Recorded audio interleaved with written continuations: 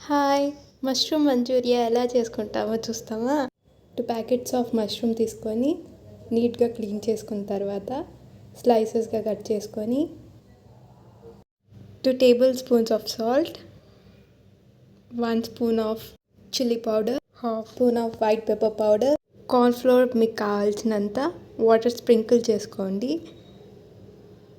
దాని తర్వాత ginger garlic paste వేసుకొని మ్యారినేట్ చేసుకొని ఫ్రిడ్జ్లో పెట్టిన తర్వాత డీప్ ఫ్రై చేసుకోండి.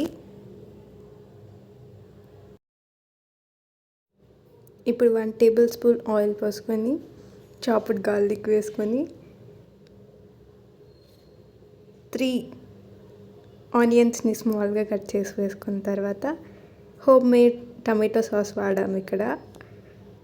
బాగా డీప్ ఫ్రై చేసుకుని మన మష్రూమ్ మంచూరియా రెడీ.